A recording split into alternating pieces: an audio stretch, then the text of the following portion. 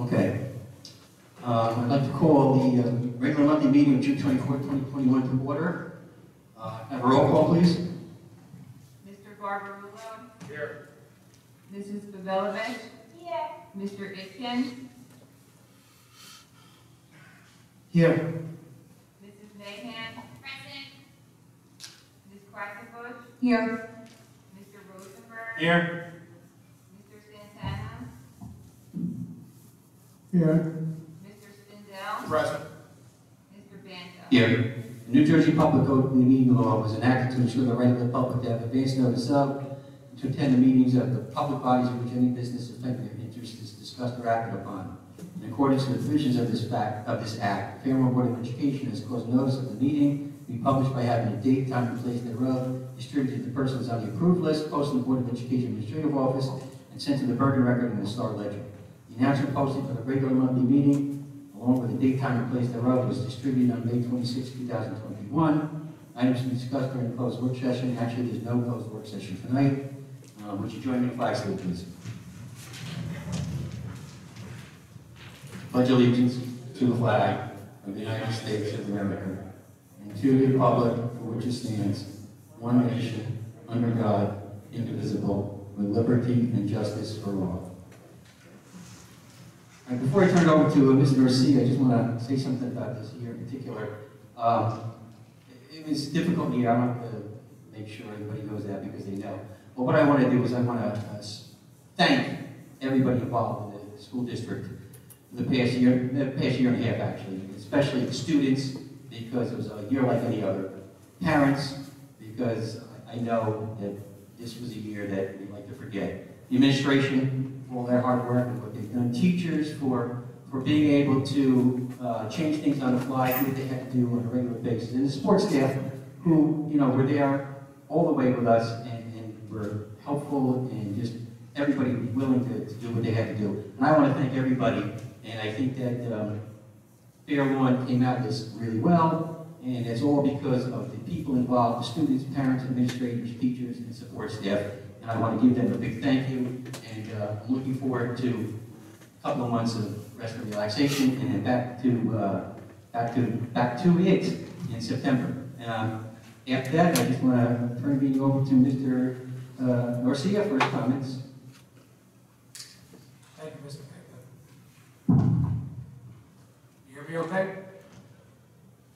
First, I would like to, I pretty much only have one comment tonight, that's to congratulate the class of 2021, our Fairmont High School graduates.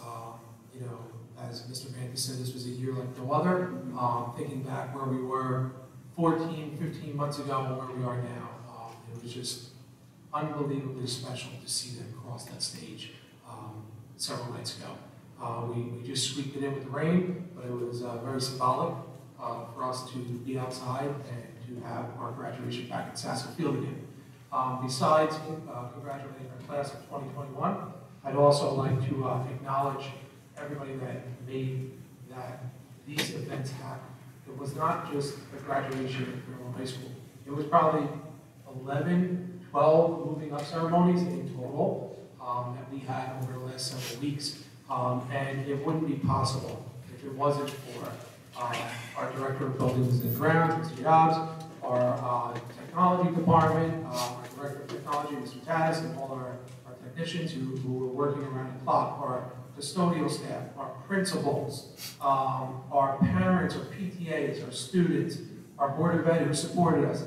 There are just so many people. Our music department, if you were at any of the events, our music teachers and Mr. Zeinberg, and everybody that was played a role in these events were running around from one event to the next event to make sure that they went off without a hitch.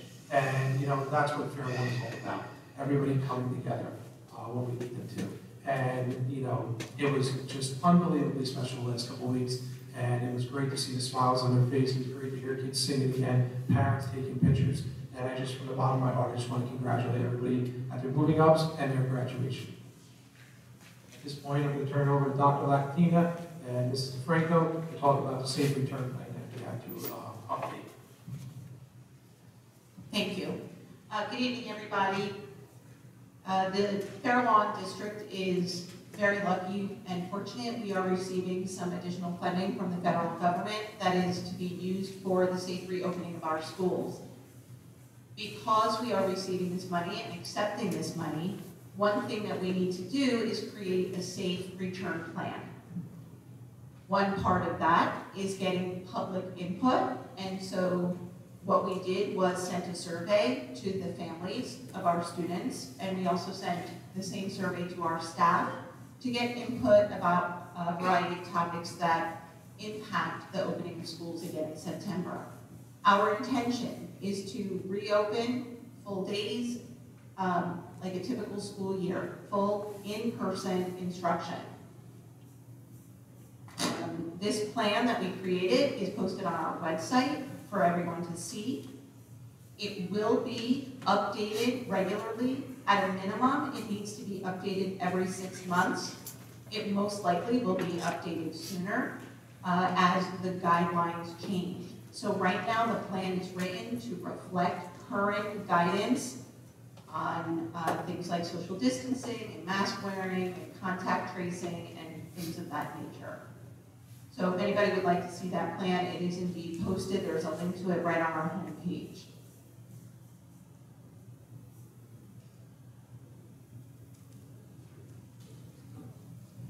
Good. Thank you, Ned.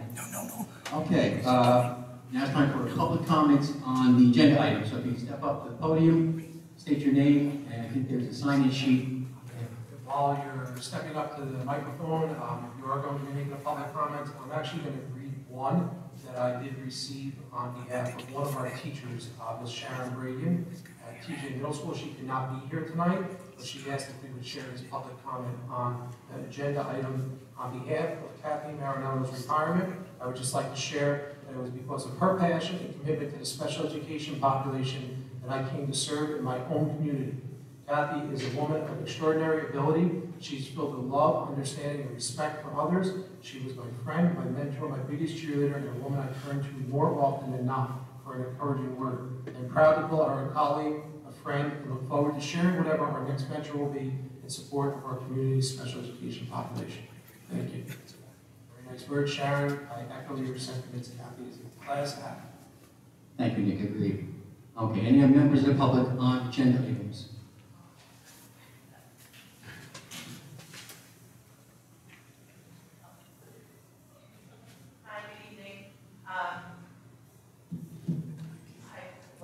State your name. Oh, sorry, Mel.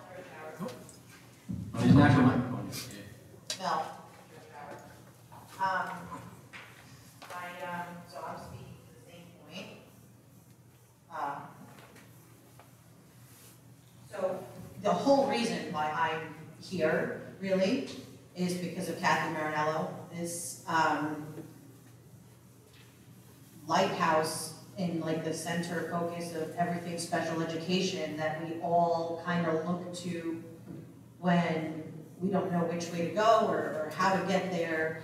We just look for Kathy's like huge beam of light and knowledge and wisdom, compassion. I have gotten this far in special education and helping as many families as we do and as much as we do for the district because of Kathy Marinello. She's taught me how to do so many things inside and outside of the PTOs and PTAs and always, you know, your biggest cheerleader when you have a big task ahead of you. And she's been kind of like, you know, hinting towards, you know, I'm not going to be here forever, so jot this down and, you know, make note of this and do that because I'm not going to be here forever. You know, at some point I got to retire. And I'm like, no, I'm not hearing that. So seeing it on this paper just makes it such a reality. No one deserves a better send-off than Kathy as far as I'm concerned. Flace would not be who we are without her. I hope she comes back and visits at all of our big events. I will drag her back. Kathy, when you're watching, I will be dragging you back. I just wanted to say she's amazing. Flace would be lost without her, and we want to congratulate her and give her all our best. No, thank you very much. All right, any other members of the audience on the agenda items? Seeing none. Board members, agenda items, comments, questions? Cindy?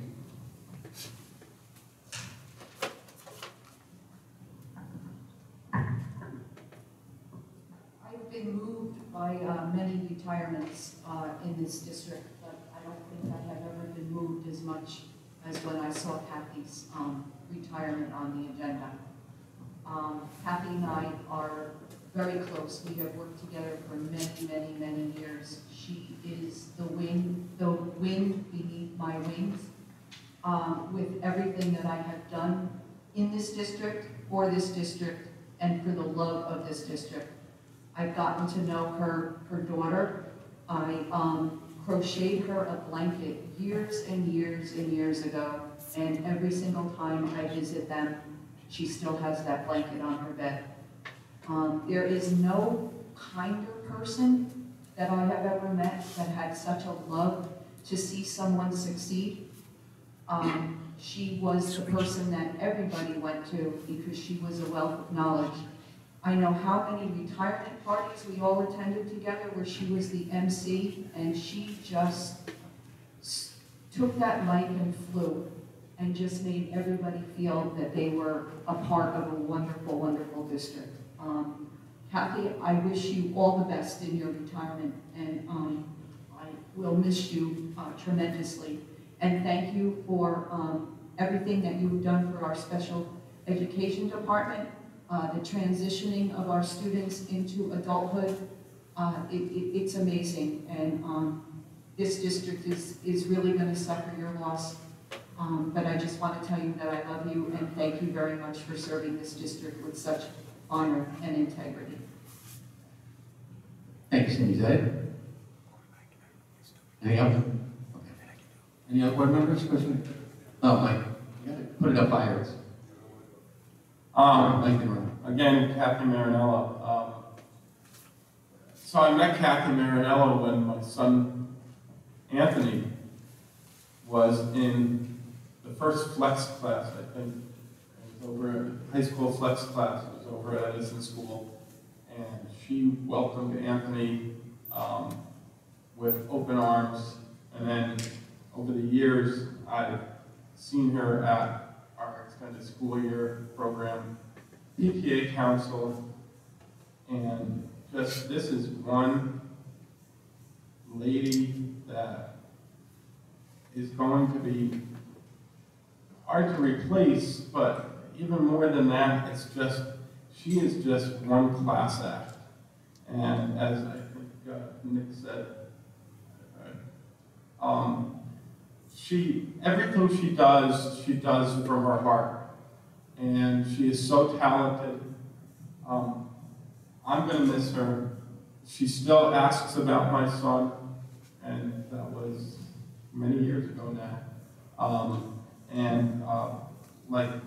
I couldn't believe that I opened up the word packet and I saw that, and it was a shock.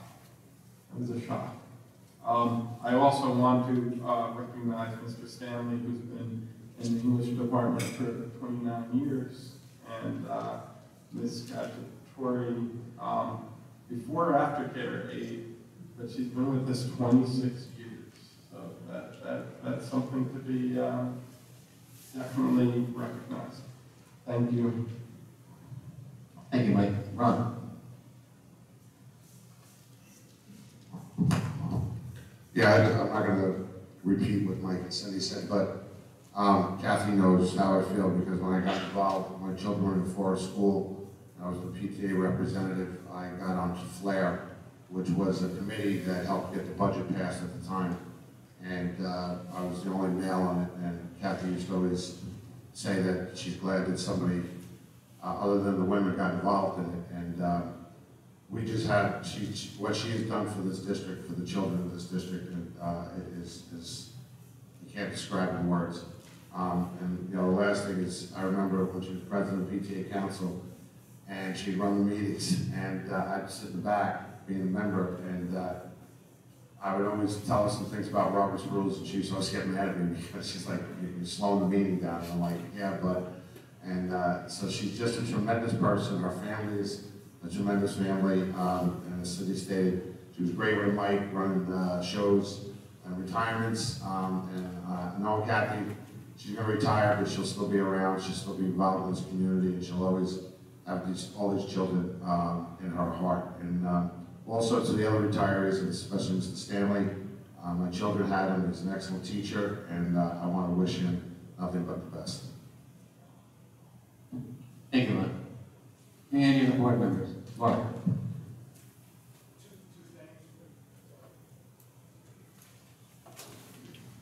Two items.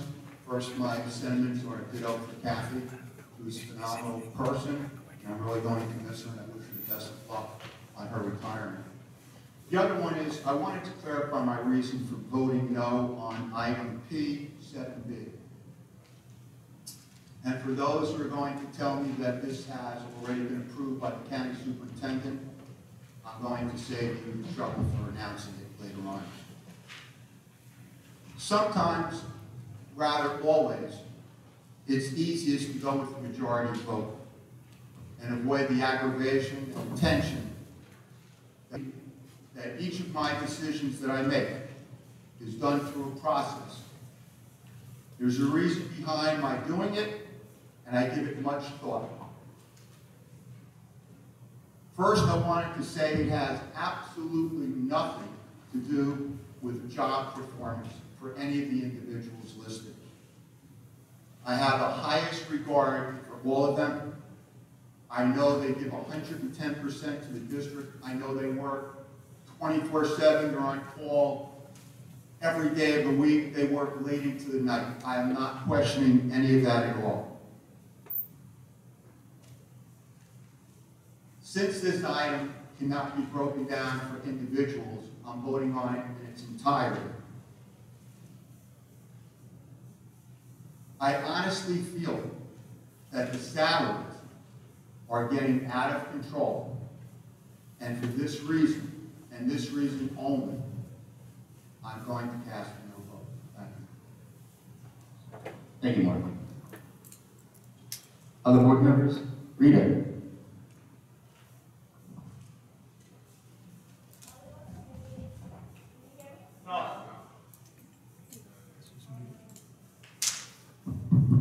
Can you hear me now? Okay, I was wondering maybe the board attorney can answer this. If not, I asked this question several times, I still can't give an answer. So New Jersey NJSA 18:16 1.1b states that a minimum a teacher who's employed as a substitute in the same vacant position for more than 60 days be compensated by the school district on a pro base consistent by the school district on a pro base with the salary provided to the teacher in the district with similar credentials. So basically it says they should get the teacher's salary. How does the ESS contract for the payment of subsidies over 60 days not violate the statute? And it's F5S. Joe, did you get there?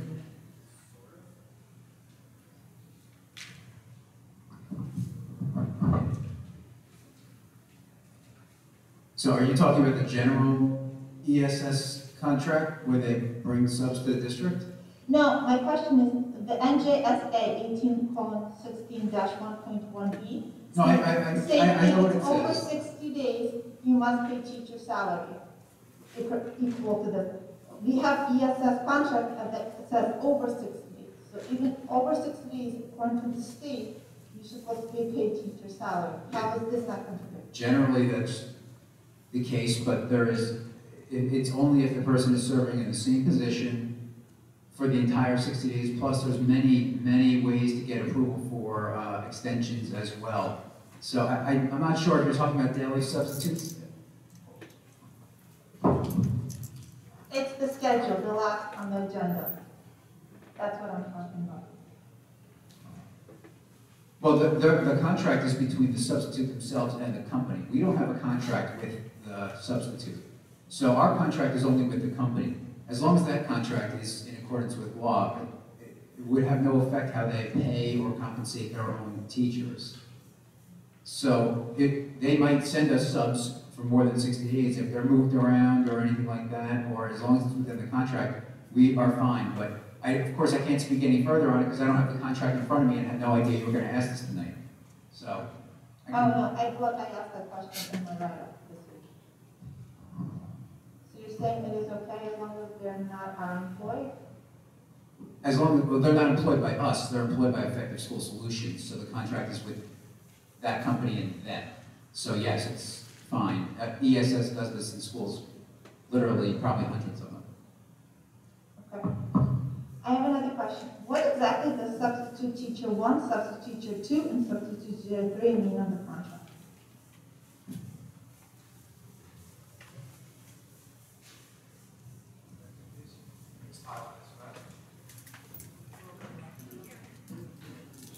We have a defective mic, so they're going to share. Can you hear me? Substitute rates that are being referred to on the addendum A price list. Sorry, the substitute rates that that are being that are under inquiry at this moment are an addendum A pricing plan, and they are for a leave replacement teacher that will be employed for total of starting at. I'm sorry to interrupt you, but I can't hear you at all. I'm sorry, I don't mean to be disrespectful. Can you hear me now? Yes. Thank you. Okay, sorry. So the 3 rates pertain to allow the district to have discretionary rates so that we are able to have some leeway in what we're able to offer a teacher if we are seeking to attract, for instance, if we have a math teacher at the high school or a physics teacher, which are harder to be able to attract on a leave replacement assignment. The higher rates, or discretionary rates would allow us to say for that teacher, for instance, that they would be offered at $170 per day in order to attract a teacher to a difficult to fill leave replacement. And that may be based on the individual's experience, based on their education level, so that we're able to place a leave replacement that we would like to fill the role, but that would demand more based on their experience and certifications.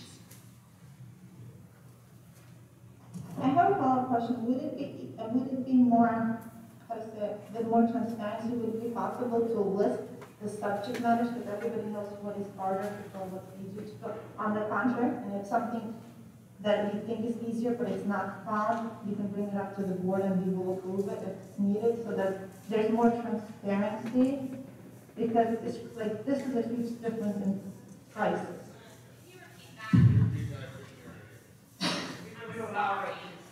I'm sorry.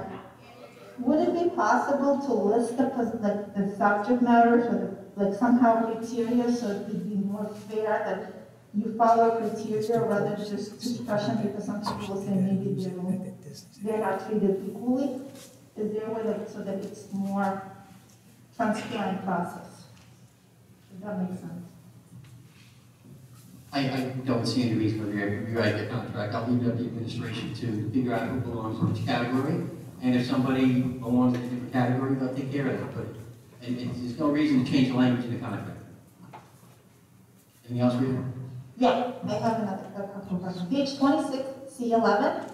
How and if will the community be... Let me get there. Hold on a second. Hold on. 26, what number? C11. How and if will the community input be taken into consideration when developing this curriculum? Nick, C11. Or you want to guess something else, whatever you want to ask. This curriculum will be developed by teachers and supervisors in accordance with the guidelines by the State Department of Education. So they will be the ones that are putting the curriculum together. Oh, so this is different than the equity team, or this is different? No, this is part of a mandate by the State Department of Education that these topics need to be incorporated and integrated into the curriculum. Oh, okay. I think I Okay. got Okay. One step, a question. How can, I think it's the last one, it's F7C, maybe I'm wrong. How can the maintenance employee be able Rita, to? what page? Yes. Page 48, okay. I'm sorry, page 52? 52. Thank you.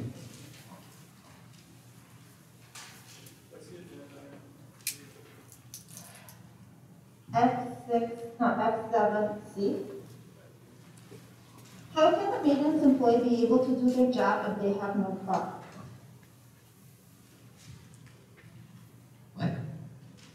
The car is switched, so the car, the 2020 SUV is broken, right? How could they do their job if they don't have a car?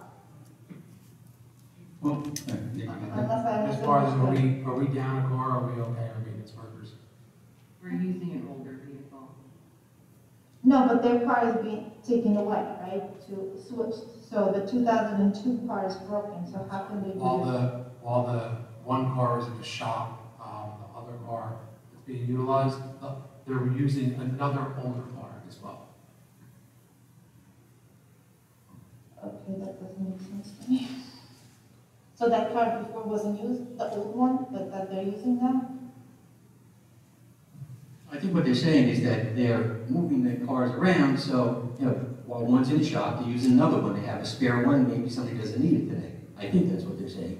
And that seems to make sense that, if you've got a couple of vehicles and one's in the shop, well, somebody has to, you know, today you're gonna have to use this car, maybe you'll have to use your own car. But that's a whole thing that the superintendent and the administration will figure out. Okay. So I have another question. F5Q? Okay?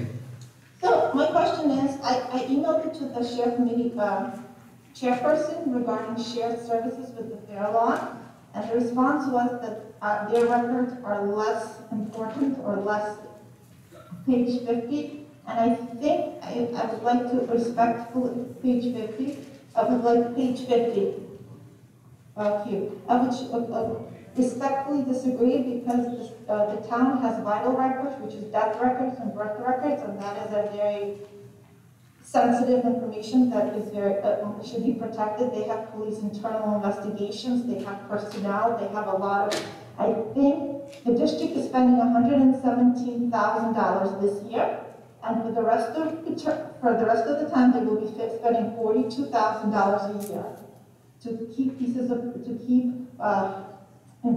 keep boxes of information. And in the contract, when I read, they said that within 30 days, even when we have a contract, they can raise their rates. So I think this is something that I would like to make a motion to wait for 1 more month, so we can talk to the fair law department, Mr. Mayor Pelosi and others, to see if we could share the services, or we can see what other districts are using, because this is 2 teachers' salaries in the first year, and then after that, it's a teacher's salary just to keep our information, our boxes of information that are left already. That's a lot of money used that I think could be used for something else. So my motion is for this information to be, I would like to make a motion for this information, for this to be Second. used, for this to be put on the next agenda and get more research so that I would feel more comfortable, because it's a lot of money. Okay, so we have a motion and a second. I believe, and Ms. Mercy, correct me if I'm wrong, required by law to do this, right? First of all, No, we're not required by law to use file bank. no, to use file bank, but We're required by law to store our files for a certain period of time. But yes, we are required to store our files, but you also have to be careful about where we're storing our files, and how we're storing our files, and making sure if we ever need to retrieve our files, we can get them in an efficient, fast way. So we are, it's not that we're required to use file bank, as you said, but we are required to store them. A district our size, the number of files that we have to hold on to for such a long period of time is quite voluminous. It takes up a lot of space, and this is something that just a lot of districts go to, and it's more efficient. Right, I saw Julie's hand up. Okay. Can I read it? Oh, no, wait. Could everybody wait to be recognized before they speak? I appreciate that, thank you. Now, Brooke, do you have the motion? So I have a motion by Mrs. Pavelovich, seconded by Mr. Santana, to place motion F5Q on the next agenda. So let me ask the administration this.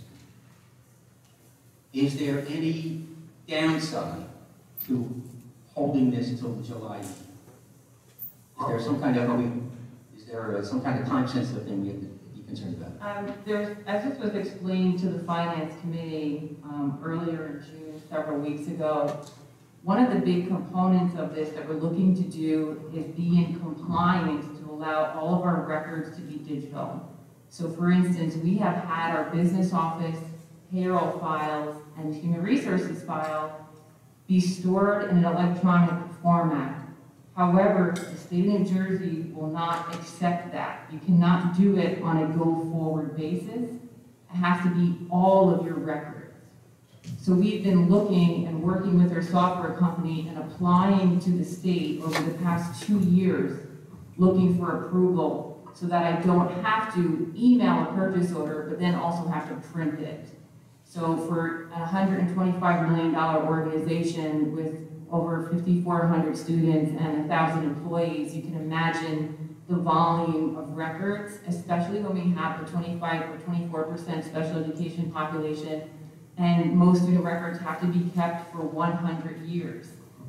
Same thing with employee files. So while we're walking around the district looking for storage and looking for areas, these are areas in the district that are basically considered dead space. These files have to be maintained in a specific format and supposed to be safeguarded. However, we're running out of space in order to do this. Our recommendation is to move forward with this. There are other companies. This is the best option. There are other districts that do use this service. We did look at AccuScan. They would not have brought us into compliance with this PDF-A format that we're looking to go to. While walking through the district, just this week alone with our architect and our assistant student of special services, we're finding file rooms that really could be used for better spaces. So for instance, as we're expanding to mental health, we need areas for privacy for counseling. We're running out of space in the district. I mean, just walk down the hallway and look at our band room and our orchestra room. We'd love to be able to buy more instruments. However, the storage is an issue. So when we're talking about reopening schools in September, and we know that we are up against the gun in order to get this done, we need that space. And we really want to be able to now utilize those spaces so we can see what needs to be done so that we can use them and use them for mental health spaces and other areas, you know, whatever that might be, storage of instruments or materials, etc. Holding off on this until July would put us basically behind another month where we're looking to find an office space right now, or a counseling space, or moving something so we can have OT-PT speech, whatever those things might look like. This is taking up valuable space in the district, and it's, I think, a really great service, and I think it's actually very reasonable because they will make sure that we're in compliance and will store them safely for us. Thank you, Brooke. Any board members want to say something quick? Glad looking Ron. I'm sorry, Ron Glad looking. On this cube. I got you. Just a point of information. As far as shared services, towns are required, as well as school districts, the state wants everybody to go to electronic filing now, as far as storage. And also, it's also about records destruction. You actually have to come up with certain records that have to be kept a certain amount of time, and then you have to come up with a list that has to be given to the state has to approve it. But as far as storage, there are two different types of storage as far as municipal records, district educational records, some companies do it all, some companies don't. Also, the companies have to meet a criteria through the federal government, not only the state government, of safety and protocol of how they protect the documents that are with you. It's not only just about personal stuff, but like fire, theft, all of that stuff. I deal with it on a regular basis, and we have a company, GRM. So just to let you know, I mean, you can talk to the town, but you might not have a mutual company that you could use for both records.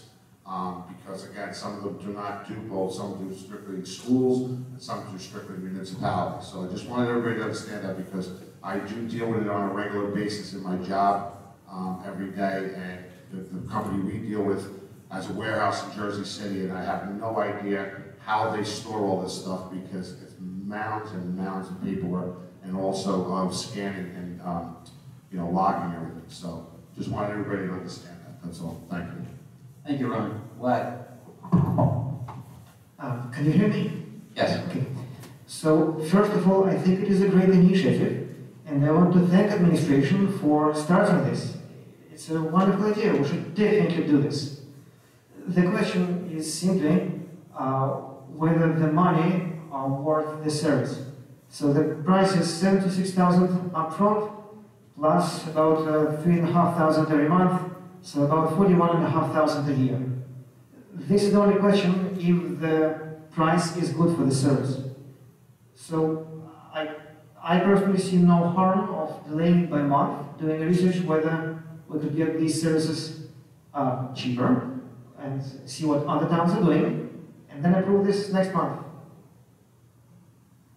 Thank you, Vlad. Ms. Santana?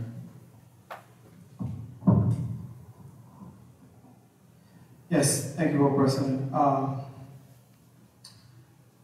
Initially, I supported this. I was planning to support this item, but as I studied the costs, I became worried. This is $117,000 a year. That's the equivalent of 2 teachers.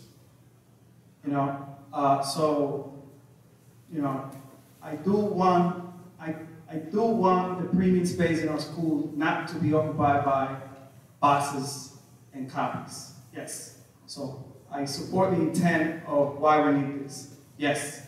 But the cost is high. So I don't think it will hurt to wait until next agenda, until next board meeting, so we can have more information, cost benefit, where is this money coming from, what other districts are doing, how much are they paying, and have more information, because this is a lot of money, $117,000 a year. In 5 years, that's almost $600,000 just for a company to scan and digitize paper. That's a lot of money. I'd rather spend the money on hiring teachers, hiring, boosting our programs, but I do support why we need this. I'm just not comfortable with the cost. And if it's okay to wait a month until we get more information about what other districts are doing in this regard, hey, the worst that could happen is it's the same cost. The best that could happen is we could probably save money, which means more money for the kids. Thank you. I just want to correct one thing you said, Mr. Santana. The $53,000 and the $22,000 are one-time fee, am I correct? Yeah. And then the fees after that, $34.62 a month, which comes out to $41.5. So it's not $117,000 a year. The first year it's $117,000. After that, it's $3,500 a month. Thank you for the correction. You're quite welcome. Yeah, you can answer. We have already researched the pricing, we have already researched what other districts are doing, and this price that we got is actually cheaper than the co-op price. So with that proposal and contract that was sent to the Finance Committee and sent to Rita as well, you'll see it's actually X off. So instead of us paying 10 cents, we're paying 5 cents or 3 cents. So these are the most discounted prices that we're going to get for the same comparable services. So as I stated before, there are companies that will come in and do it, but we will not be in compliance to move forward. So the idea being that this company will destroy the record when they're allowed to be destroyed. They're going to manage that aspect of it. meaning that the monthly cost will actually decrease because we're paying on a square footage or a cubic footage, right? So the idea being, as we digitize, we won't have to keep all of these records. It'll just be a storage, not a paper storage. So this monthly fee is the paper storage of the boxes as well as the digital storage. If that makes sense. Thank you, Mark. I got Mark and then Julie. Yes, I truly understand the need for this, and if time is of the essence, I'm 100% behind supporting it. However, it's unfortunate that we don't really have enough time to search other avenues, because I too would have suggested possibly doing shared services with the town, or possibly piggybacking with other districts, so that we have more clout and possibly get an even better price. So this is that co-op pricing. So for instance, all the school districts in New Jersey that use this storage all went out together as a big cooperative to get the best pricing. And this pricing that they've given to us is less than what that co-op pricing is. So I hope that makes sense. So for instance, if school boards recommend something, remember they're going out on behalf of all of those school districts that are interested. Okay, so then homework was done, Homework and was done. I'm 100% behind it. Thank you. Thank you, Mark. Julie. Can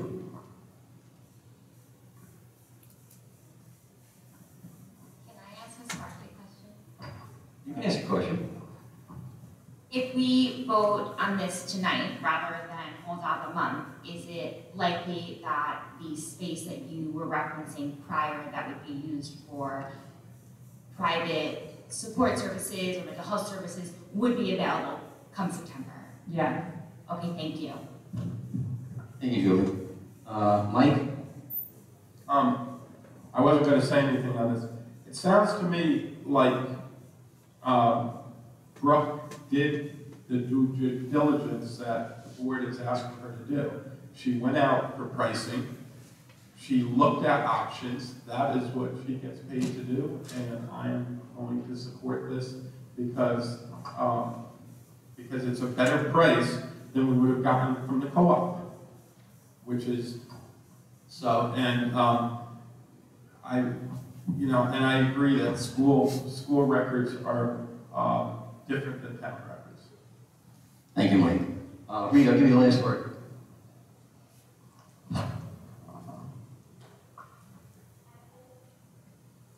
Can you hear me now? That's better. I had a chance to read it on Tuesday, the contract, and one of the things that I kind of what made me think about this a lot is on the contract it says that if they lose their information or if the media for some reason doesn't work based on how it's stored or whatever, they're not held liable for any of it. So if they lose a box, they'll give us $1 square yard or square inch or something like that, and that's it. And we're out of luck. If our media doesn't work, for example, they scan something and it doesn't work anymore, we're out of luck. I think we need to make sure that, I'm a former graduate of Fairlawn, and I just want to make sure, I feel like on one of the records that you have to keep 100 years that I graduated, I just want to make sure that the records are, a company will not say, well, if you lose it, oh well, I'm sorry. That's not how I feel. That's, to me, security. And they are in the business of storing files. That is their main source of business. And I don't think that they would have a very good business or a business model or be recommended by so many districts if they were in the business of actually using files. Would it be possible to get a list, like you said, the other district? The finance committee did not produce any minutes. So I didn't hear you. What did you say? Reed, I'm sorry. When you discussed this with the finance committee, I was not aware of that because the minutes of the finance committee was never presented. The first time I ever learned about this was last Friday. So I am sorry that I don't know the backstory, but I was kept in the dark until last Friday, and the only thing I can go on is just the agenda. So I think it would be pertinent for the research or the material, because it's a lot of money, $42,000, and it can go up. Just to do our due diligence and make sure that I would feel comfortable that we wait 1 month. And by the way, the space is in the basement. It's not in real estate where it's like the first floor, the second. It's all the way in the basement, and I don't think that's where we would have classes anyways. Okay, but what wasn't accurate? The files are actually stored throughout the building, so our guidance and child study team files are different than the ones that are in the high school. I don't know, the pictures Yeah, that I Okay, well, I don't want to go back and forth about where the files are stored. Rita, you got 10 more seconds. Okay, thank you. Could you call the vote on that motion, please, was that to... So I have a motion by Mrs. Pavelovich, seconded by Mr. Santana, to place motion F5Q on the July agenda. Call the roll, please. Mr. Barbarulo. Mrs. Pavelovich. Mr. Aitken. Yes. Mrs. Mahan. Ms. Quackenbush. No. Mr. Rosenberg. No. Mr. Santana. Yes. Mr. Spindell. Mr. Banta. No. Thank you. Okay. Any other board members on the agenda that I didn't get to today? Mr. Santana. I have the wrong pages because the agenda was updated, so please pardon me if I don't provide the page. First of all, congratulations to all our graduates. I'm very proud of all of you and your parents. Mrs. Marinero, thank you for making a difference in the lives of our children. You will be truly missed. P1. I think a more effective and efficient way for board members to have reasonable access would be to get emails, resumes emailed to us. On P5, the hourly rate for employees, the rate presented to the rate presented to the personnel committee for I don't know if I can say the name of the position. Can I? I'd rather you didn't. Okay, the rate presented to the personnel committee for one position is different than the rate presented on the agenda item. So I could either make a motion to go into closed session to discuss it real quick. No, we're not going to close session. Okay, so what was one hourly rate for one employee in what was presented to the personnel committee, which I have in here, it's not Wilkins' opinion. Right here. What was presented in the personnel committee for one employee is different than what's listed on the agenda. So I believe that's an error, and I will make a motion to amend that item. Before you make the motion, Mr. Santana, why don't you talk to the superintendent, tell him what the rate is. This is applicable for next school year, so there's time to fix it if it's an error. Okay, but I think in the interest of doing things the correct way, I think the record should be correct. So I would just point it after my remarks to the superintendent. Yeah, if it's an issue, it could be corrected at some point, that's all. Not at some point, we're voting tonight on it, and there's an error that I caught because the agenda was updated. So we don't want anything to come back to haunt us. P6G. I think there's a contradiction with how often, based on the information that I have received, there's a contradiction between how often the district updates curriculum and the so-called 5-year curriculum renewal schedule. I think that's something we should discuss together.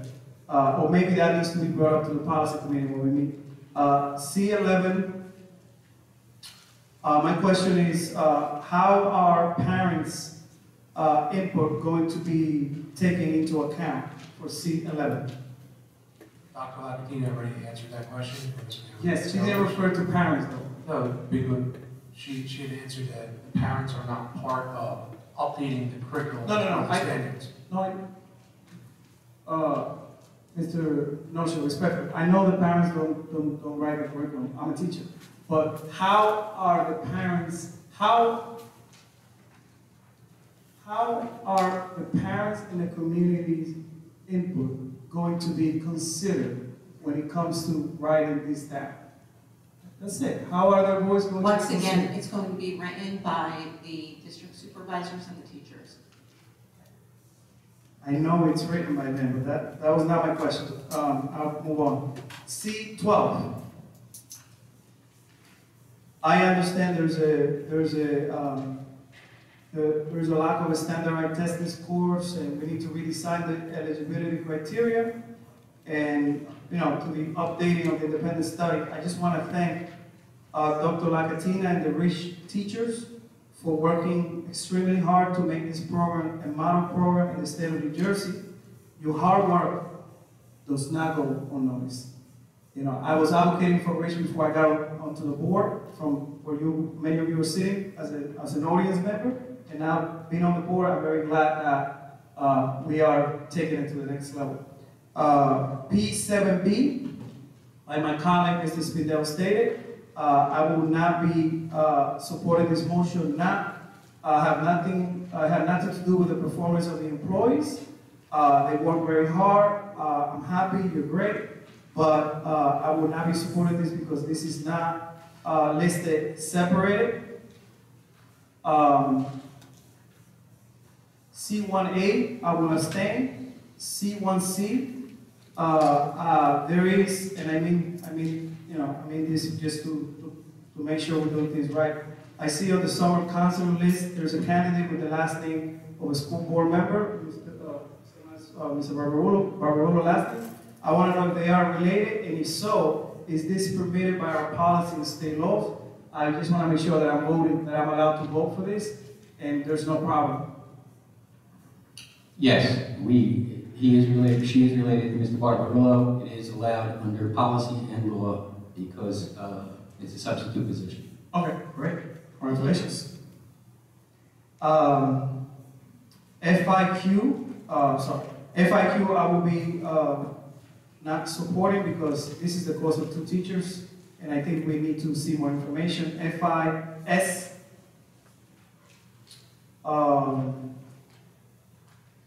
I am not sure about this item, so I cannot in good conscience support it.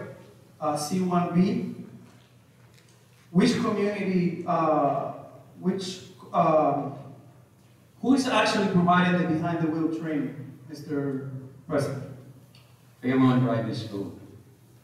I commend the district for this. This is exactly what I'm glad to hear, that we are considering our local federal merchant. Just for information, we've been using them for 25 years. Fairlawn Driving School has been our driving school since we stopped doing drivers in the school. So thank you for, we've been very supportive of them and they of us. Thank you for that. I've been in town for less than 10, so I'm not. My daughter's only 10, so No, she's not driving yet. No. Thank you. FIB,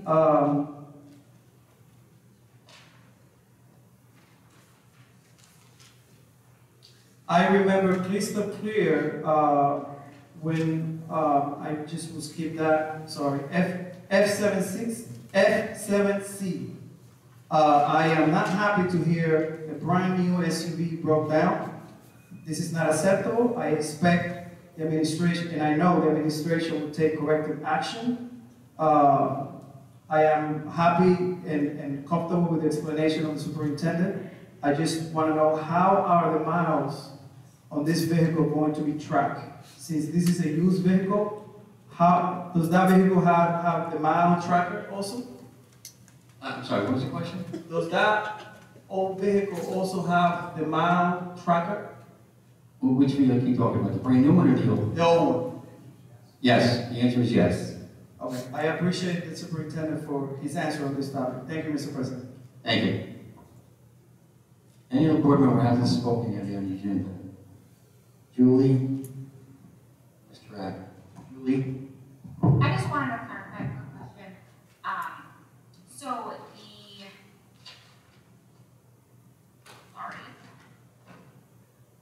the culturally responsive unit curriculum that references the LGBTQIA+ community is in reference to Bill 1569, which is not just that, but it's also the history of people with disabilities.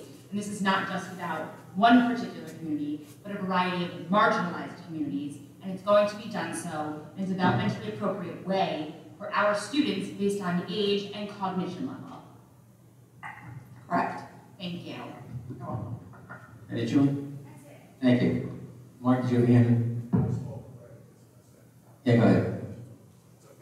Yeah, yeah. I want to speak on P5 that Mr. Santana did, the approval for rates for hourly employees and substitutes.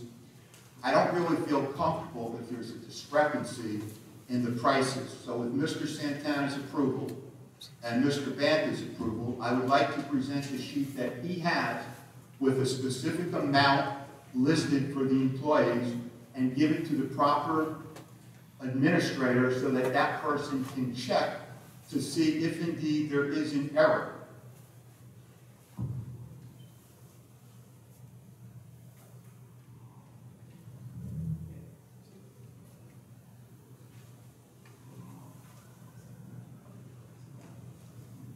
Bear with us for 1 minute, please, out there.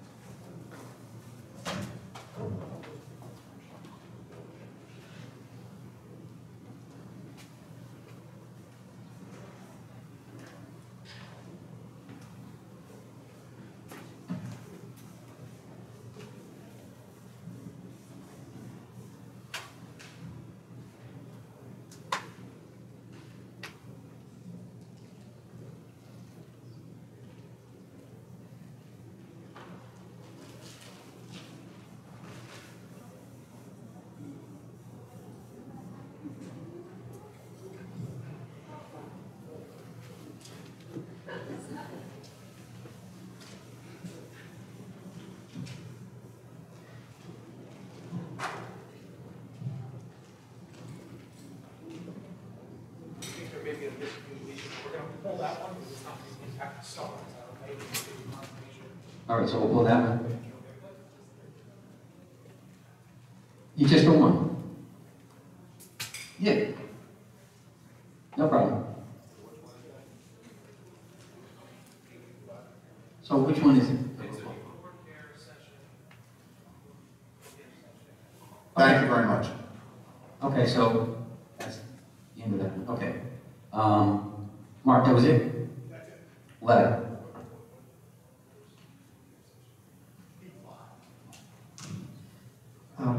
Just one point.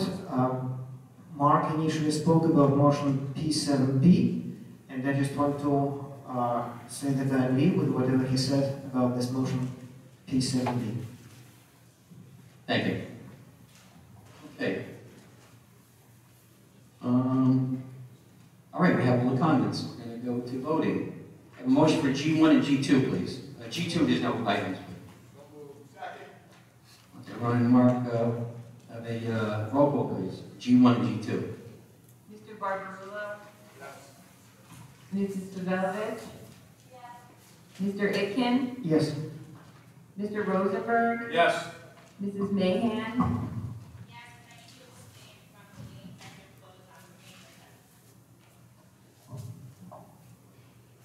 Thank you. Ms. Quackenbush? Yes. Mr. Santana? Yes. Mr. Spindell? Yes. Mr. Panther? Yes. A motion on S1 through S3, please. So moved. Roll call, please.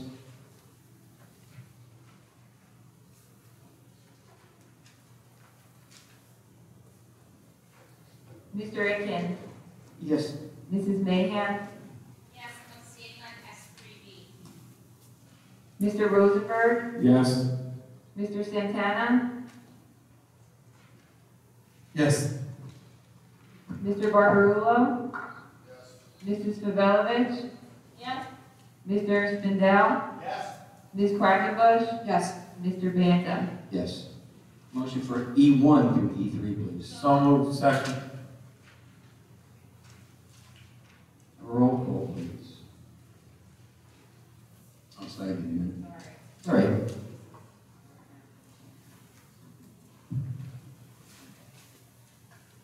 Mrs. Mahan? Yes. Mr. Santana? Yes. Mr. Spindell? Yes. Ms. Quackenbush? Yes. Mr. Itkin? So we're doing E like Edward, right? E like Edward? Yes. Mr. Barbarulo? Yes. Mrs. Pavelovich? Yes. Mr. Rosenberg? Yes. Mr. Banta? Yes. A motion for P1 through P7. So moved. I know there was a couple of vote no's and abstentions or whatever, so you're going to have to spell that very clearly for the board secretary. I just want to clarify, I had a motion by Mr. Rosenberg, and I did not hear the second. Okay, thank you, Mr. Barbarulo. Mrs. Pavelovich? This is for the P, correct? This is for P, yes. P1 through 7. Yes, we'll come back to you. Ms. Quackenbush? Yes. Mr. Santana? No on P7B as in boy. Yes on the rest. Mr. Spindell? No on P7B as in boy, yes and everything else. Mr. Aiken? No on P7D as in boy, yes and everything else. Mr. Rosenberg? Yes. Mrs. Mahan? Yeah. Mrs. Pavelovich? No on P7B. Mr. Barbarulo? Yes. And Mr. Banta? Yes. A motion for SE1 through SE3. So moved. Second. Ms. Quackenbush? Yes. Mr. Aiken? Yes. Mr. Barbarulo? Yes. Mr. Santana? Yes. Mrs. Pavelovich? Yes. Mrs. Mahan? Yes. Mr. Spindell? Mr. Rosenberg? Yes. Mr. Banta? Yes. A motion for C1, please. So moved. Second. Mr. Aiken? Yes. Ms. Quackenbush? Yes. Mrs. Mahan? Yes. Mrs. Pavelovich? Yes. Mr. Barbarulo? Yes on AB, abstain on C. Mr. Spindell? Yes. Mr. Rosenberg? Yes. Mr. Santana? Yes. Mr. Banta? Yes. A motion on F1 through F7, please. So moved. Second.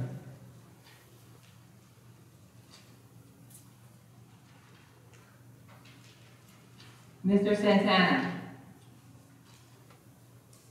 No on FIQ as in Queen? Queen. Okay.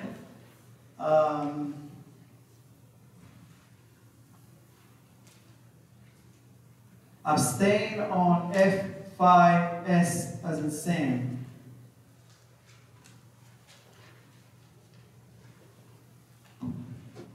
Yes on the rest. Thank you. Mr. Rosenberg. Yes. Mrs. Mahan. Yes, abstain on F5F. Mrs. Pavelovich. No on F5, Q is in Queen, F5, S is in Sam, F5, C is in Charlie, F7, C is in Charlie. F7C like Charlie. This is F5, Q is in Queen, F5, S is in Sam, and F7, C is in Charlie. Thank you. Thank you. F5.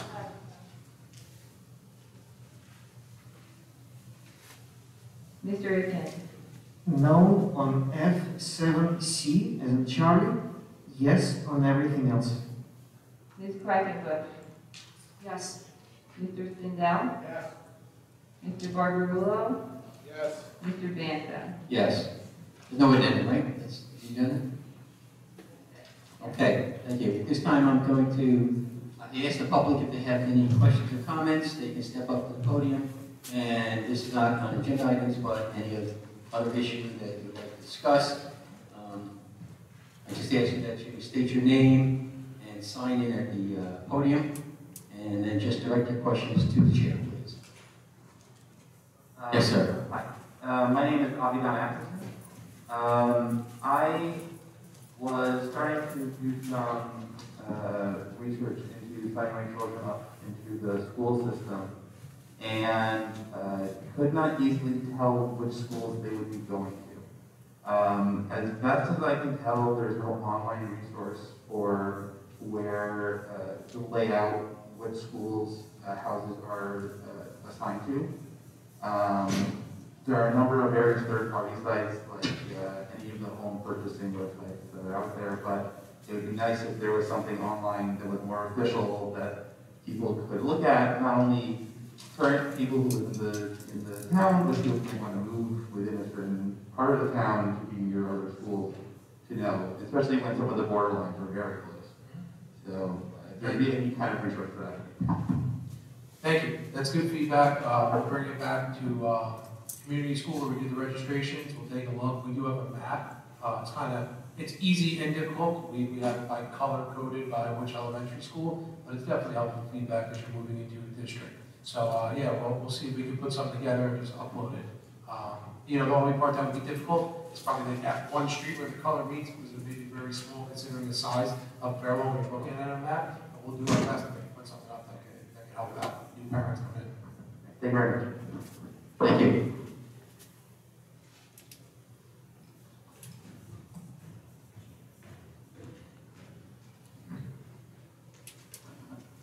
Hello, Christine Weinstein.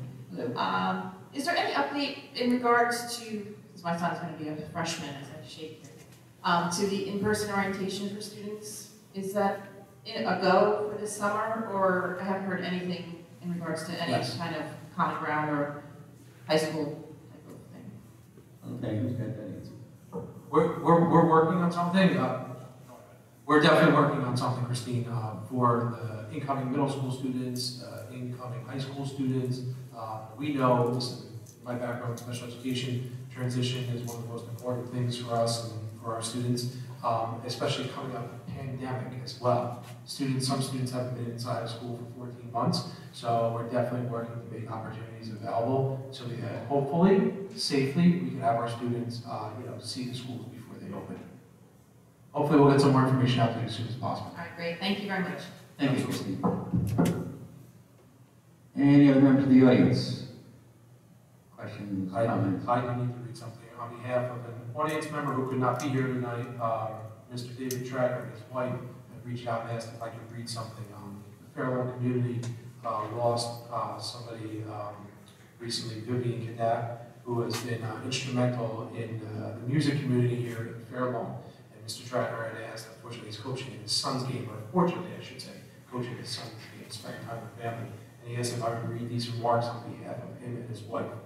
We are writing to remember Fairlawn parent Vivian Cadet, who passed away last night after a short illness. Viv leaves her husband Carlos and son Carlos, who will be a junior at Fairlawn High School in the fall. Vivian's larger-than-life personality, her electric laugh, and her willingness to help absolutely any person or organization in Fort Fairlawn will sorely be missed by her family, friends, and our schools. Vivian's involvement in our schools started at Windcrest, where she was the yearbook editor, photographer, videographer, and anything else that was needed for her son's classes. When young Carlos joined the Fairlawn High School marching band, the music program, and marching band parents gained a roadie, a photographer, and an active Friends of Music board member, and a wonderfully positive person to share those long days and nights with during competitions. Last year, when the pandemic shut everything down, Vivian spent literally thousands of hours taking individual and family photos of the senior class and then editing them until they were just right, providing a lasting memory for the class of 2020, whom she knew was missing out on so much. Please take a moment tonight for Vivian and to remember Carlos, her family and friends in your thoughts and prayers. Thank you. David and Jessica Tracker. I echo David's sentiments. Vivian is somebody who I grew fond to know in Fairlawn, especially in the music community. She was always there with a smile, and he is so right. Last year when we had the pandemic and we decided to do individual family sessions for our seniors outside, and families had 10 minutes alone to take as many pictures as they wanted with their relatives, it was Vivian who was there for days and days taking those pictures. I'm sure Mr. Barbarillo knows his son was a senior last year, graduated, and he was there with his family. And it was just, there with a smile. Hello, Mr. Garcia. Every time you saw her, just such a kind soul. And even as I was walking in, and I saw our music students outside, and our music director outside, and you could just see the sorrow on her face. And it just breaks your heart. And, so I thank David and Jessica for their beautiful words that they wrote on behalf of Vivian. And please keep her family in your thoughts and prayers during these difficult times. Thank you, Mr. Garcia. Yeah, it's terrible loss. Wonderful woman. Okay. Board members, other business, Mark.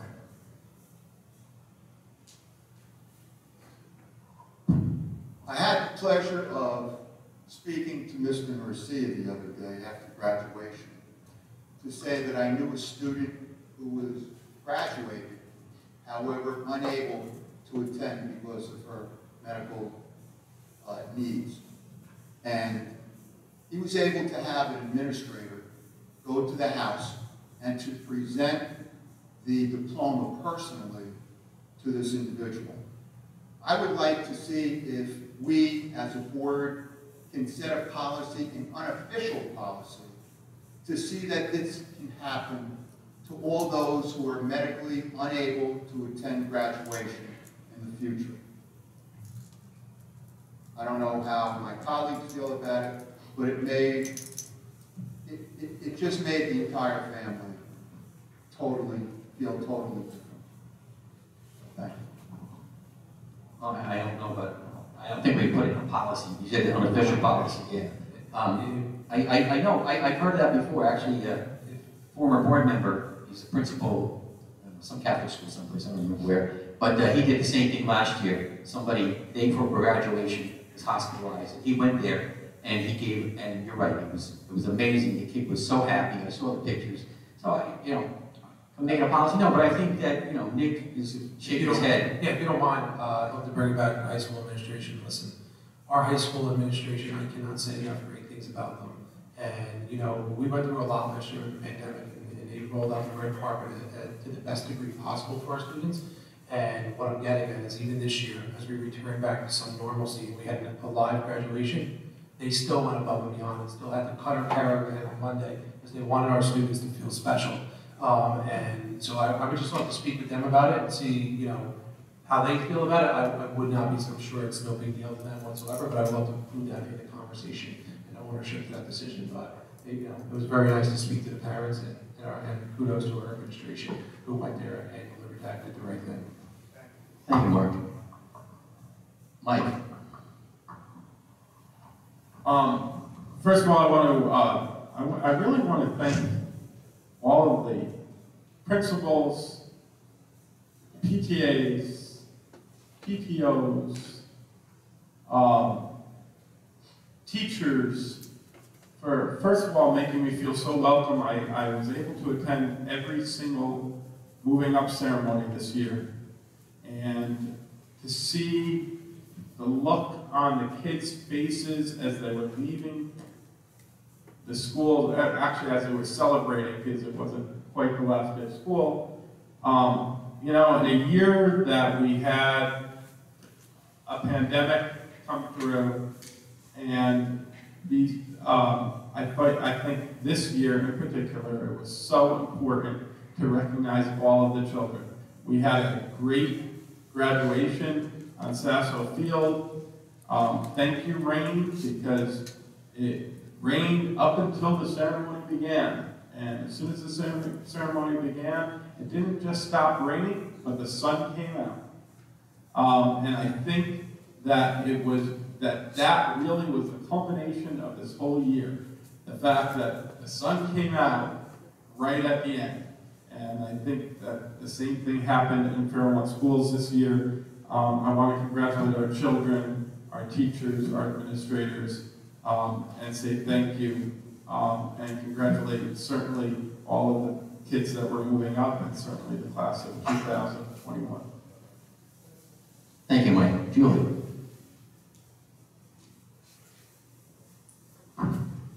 I just want to say thank you to the track nurse for also recognizing Vivian. She was an incredible woman, and I had the pleasure of getting to know her over the last year, and she will be missed, and I am thinking of her family.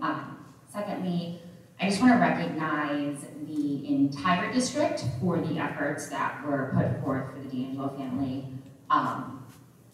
There's a reason I live in this town, and it's because of our community, not just our community as a whole, but our school community, and the funds raised to support a school family is why my kids and my family will continue to be here, and kudos to the principals and the administration and the central office for allowing our students to get involved and rally around this young man, and special thanks to the Lidcast PTO and Mr. Norcia for going out of their way to go visit the family and provide them with all the money raised.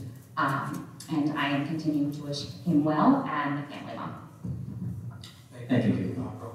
Mr. D'Angelo and I were texting each other prior to the meeting, and Aiden is still progressing in a positive fashion.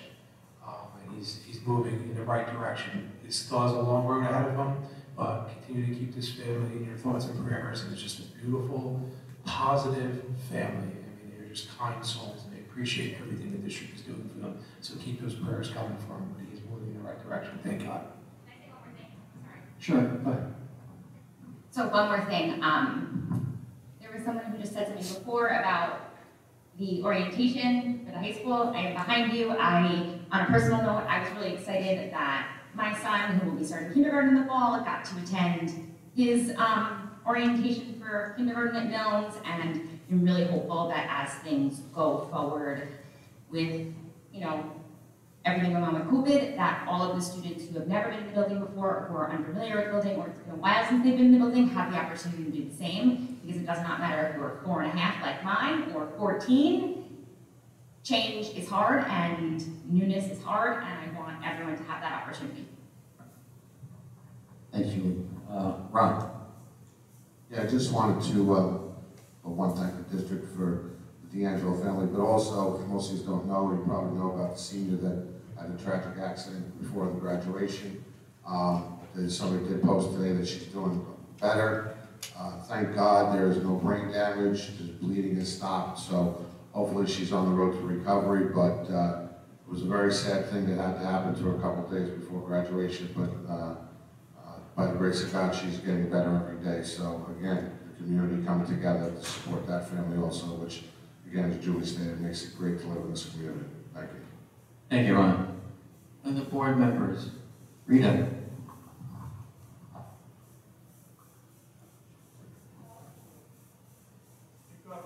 Hi, can you hear me? I was wondering, I mentioned this a while ago, and Mr. Garcia stated that it would be put on the mental health website.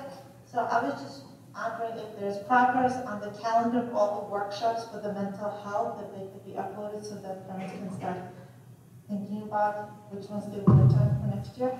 Yeah, they usually are set, usually in September for the whole year, so they're not actually out yet. We will work with our mental health providers who set those, but soon as they are, we will definitely put them up on the website. And there's no summer ones, correct?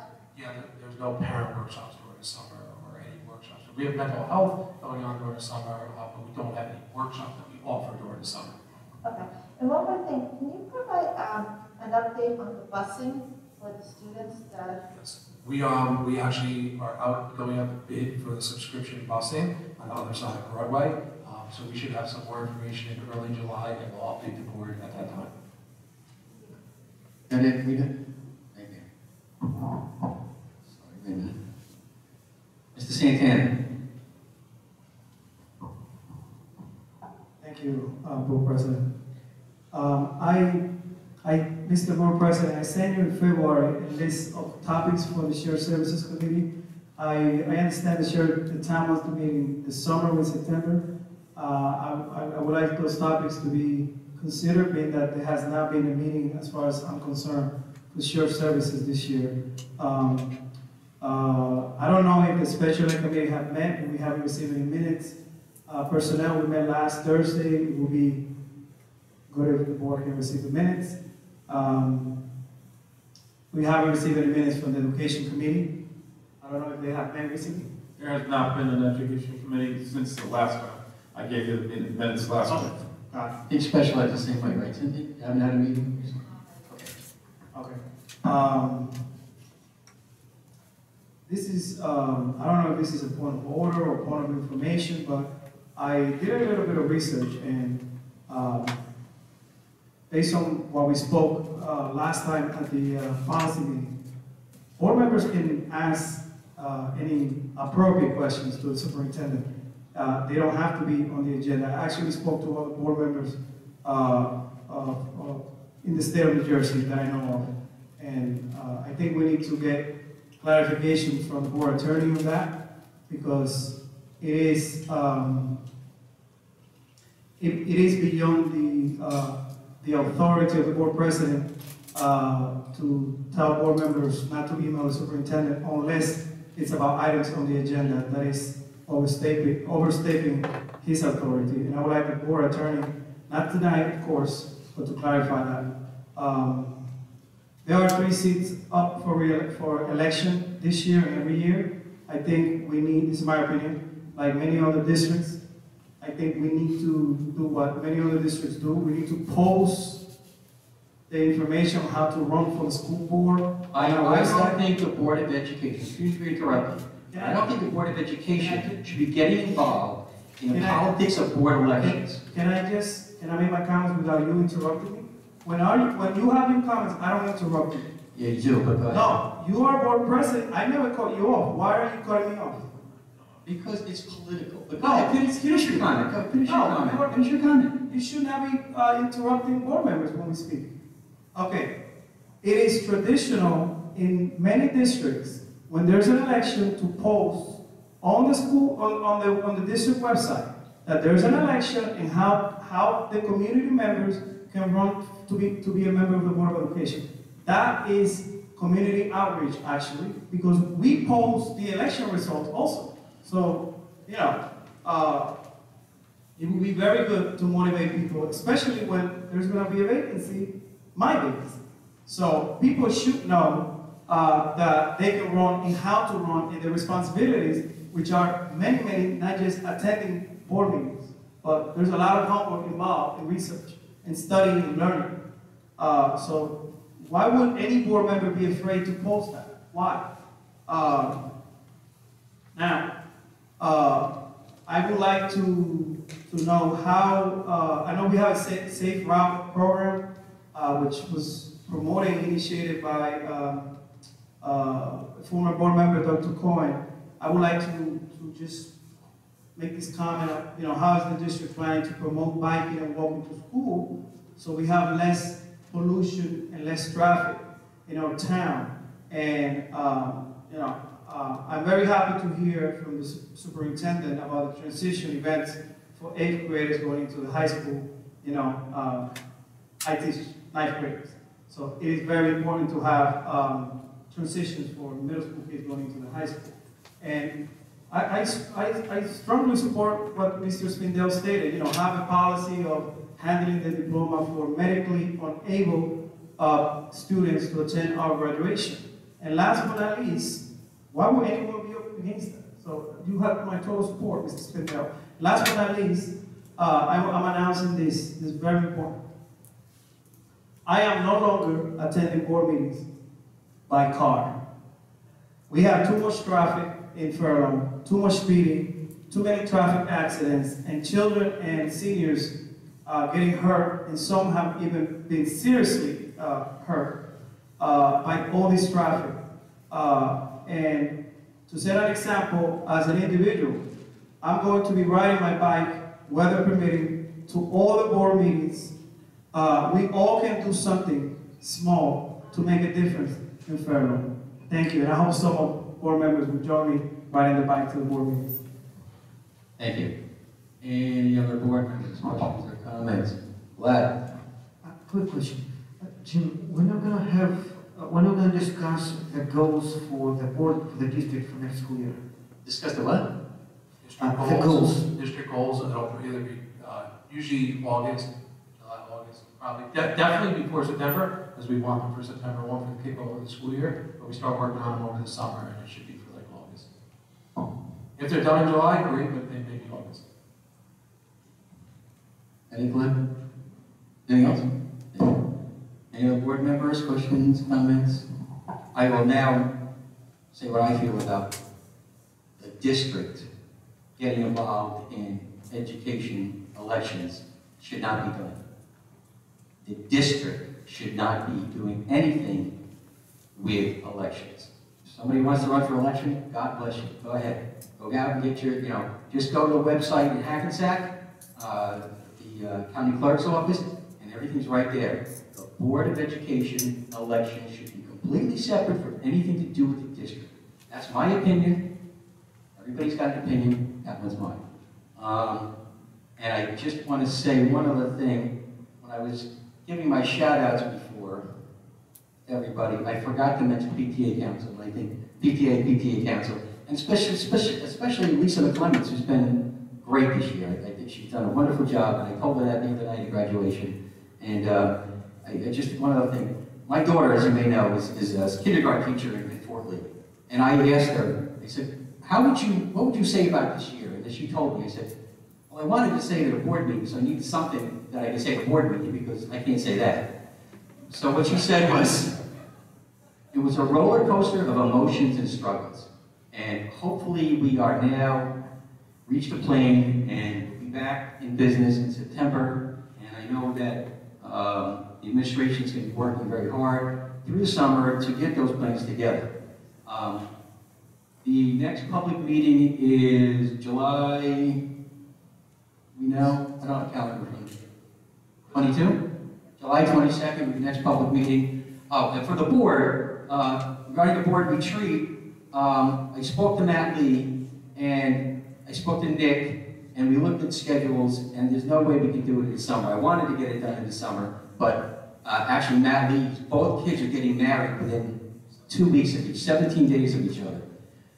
So he's going to be busy. Nick got a vacation plan, I got a vacation plan. So I gave him a couple of dates, and he's available September 18th.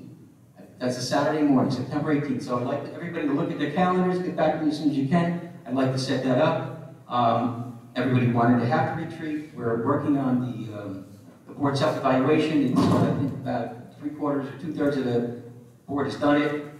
So if we get that done, get that down to him, and we can schedule that retreat. That being said, like I said, there's no closed session tonight. So if I could have a motion to adjourn. All in favor? Aye. Thank you, and good night, everyone. We'll see you in July. Good summer.